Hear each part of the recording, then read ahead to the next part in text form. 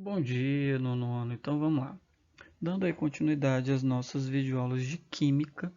Então, o nosso último assunto é abordado foram funções inorgânicas. Falamos sobre ácidos e bases. E na vídeo de hoje nós vamos dar continuidade, certo? Mas antes a gente vai fazer uma breve revisãozinha aí sobre o que seriam essas funções inorgânicas. Então fiquem atentos. Então, turma, antigamente o que se acreditavam era que existiam dois tipos de substâncias e até aí nenhum problema. Realmente existem duas substâncias, as orgânicas e as inorgânicas. As classificadas como orgânicas eram aquelas que se originavam de organismos vivos, que seriam de origem então animal ou vegetal. As inorgânicas já seriam aquelas de origem mineral. Porém, ah, tínhamos um pequeno equívoco em relação a isso. Então foi verificado este erro, pois grande parte das substâncias orgânicas podem sim ser produzidas em laboratório. Então, hoje em dia, esses grupos são classificados da seguinte forma: substâncias orgânicas correspondem àquelas substâncias que derivam do elemento químico carbono. Então, toda substância orgânica terá na sua composição o carbono. Já as inorgânicas são formadas por todos os demais elementos químicos. Então, só para a gente resumir, se a substância tem na sua composição o carbono, substância orgânica, não houve, então vai ser classificada como substância inorgânica. Então, podemos classificar uma substância dentro de suas funções a partir da análise dos tipos de íons que se formam quando estão dissolvidas em água. Essas substâncias também são chamadas de funções inorgânicas, que se caracterizam então por compostos que não possuem, como já foi falado, uma cadeia carbônica. E essas substâncias são classificadas de acordo com características e comportamento químicos que a apresentam.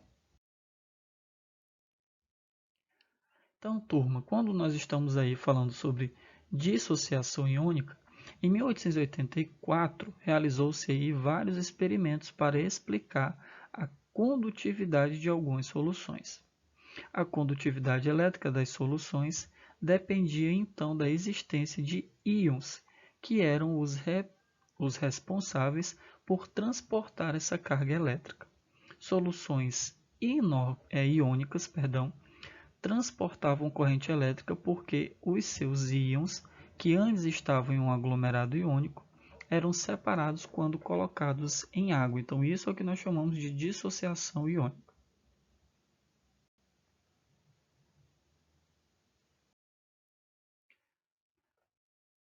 E quando nós estamos falando sobre a classificação dessas funções inorgânicas, segundo Arrhenius, nós temos 4 tipos: ácidos, bases, sais e óxidos. E em relação a essa classificação, o que nós iremos aí levar em consideração? Acidez, basicidade, solubilidade em água, reatividade e condutibilidade elétrica. E agora, turma, dando aí continuidade, vamos falar sobre os óxidos, que são compostos formados por dois elementos químicos diferentes que podem ser também chamados de compostos binários. Os óxidos se formam pela combinação do oxigênio com quase todos os elementos da tabela periódica, tendo apenas como padrão a presença do oxigênio, com exceção o flúor. Então, quando estamos falando de óxidos, a presença do oxigênio é fundamental. Por isso o nome óxidos, porque vem da palavra oxigênio. Ligação entre oxigênio e outro elemento pode ser iônica, como nós já vimos, ou covalente. Então, quando estamos falando de óxidos, temos aí dois tipos de classificação: óxidos básicos, que reagem com água para formar bases ou reagem com ácidos para a formação de sal e água. E temos os óxidos ácidos, reagem com a água para formar ácido ou reagem com base formando sal e água. Então, como exemplo de óxidos básicos, nós temos aí, como vocês estão observando, já que a característica desses óxidos é estarem reagindo com a água para formar bases ou em reação com ácidos para formar sal e água, que a gente chama esse processo aí, né? Nós vimos que quando, na aula anterior, que quando uma base reage com um ácido, ocorre aí a formação de um sal, que é o que nós vamos ver aí a nossa quarta função inorgânica. Então, sempre estaremos aí trabalhando com reações químicas, quando estamos falando sobre essas funções inorgânicas. Então, como vocês estão percebendo aí no nosso exemplo, nós temos aí sólidos iônicos, metais alcalinos e alcalinos terrosos que reagem com a água, formando então aí o NOx, né? Como vocês estão vendo, 1+, 2+, e 3+. Como exemplo de óxidos ácidos, são aí moleculares e são formados por oxigênio e não metais ou metais com NOx elevado. Então, só para a gente resumir, os óxidos básicos são sólidos iônicos, formados aí por metais alcalinos e alcalinos terrosos. E já no caso dos óxidos ácidos, eles são aí compostos moleculares e são formados por oxigênio e não metais ou metais com NOx elevado. Temos também os óxidos anfoteros, que comportam-se como óxidos básicos e também como óxidos ácidos, e só reagem com ácido forte ou base forte. São, em geral, sólidos iônicos insolúveis em água e podem ser formados, aí, como vocês estão vendo, por esses 4 elementos químicos. No caso dos óxidos neutros, eles não reagem com água, nem com ácido e nem com base. São gases, né, ou compostos moleculares formados por não metais. E os perióxidos reagem com água ou com ácido diluído, formando água oxigenada.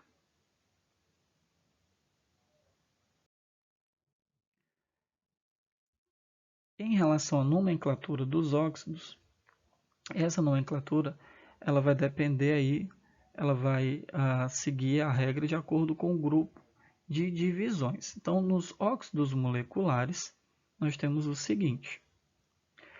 Antes da palavra óxido e do nome do elemento, colocamos o prefixo mono, di, tri, tetra, penta e etc.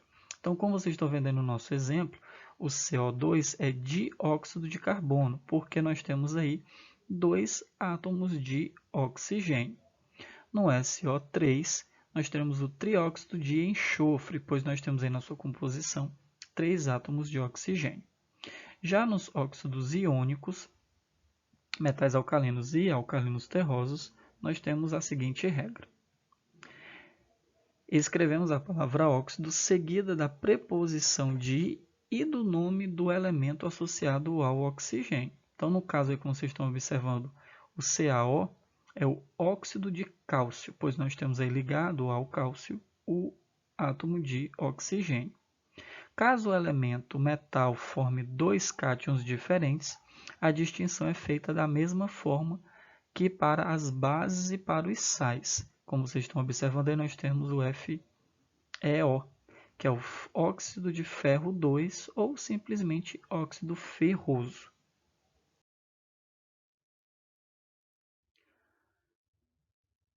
Vamos aí falar um pouquinho, turma, sobre a função e aplicação dos óxidos. Então, nós temos os perióxidos, que é utilizado na indústria, como vocês estão percebendo aí, alvejantes de tecido, certo?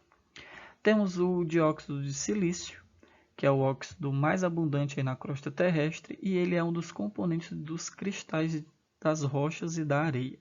Temos o óxido de cálcio, né, ou cal viva ou cal virgem, que é obtido a partir da decomposição do calcário e é usado na agricultura para diminuir a acidez do solo e também na preparação de argamassa na construção civil. Temos o óxido nitroso, o N2O, que é conhecido como gás hilariante. Esse óxido inalado, em pequena quantidade, provoca euforia, mas pode causar sérios problemas de saúde e é utilizado aí também como anestésico.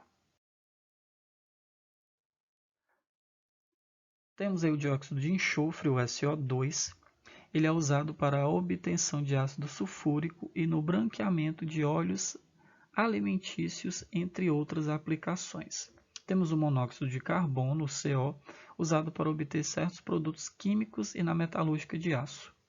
Temos a água, turma, exatamente, que está presente em quase tudo em nosso planeta. A água é um óxido.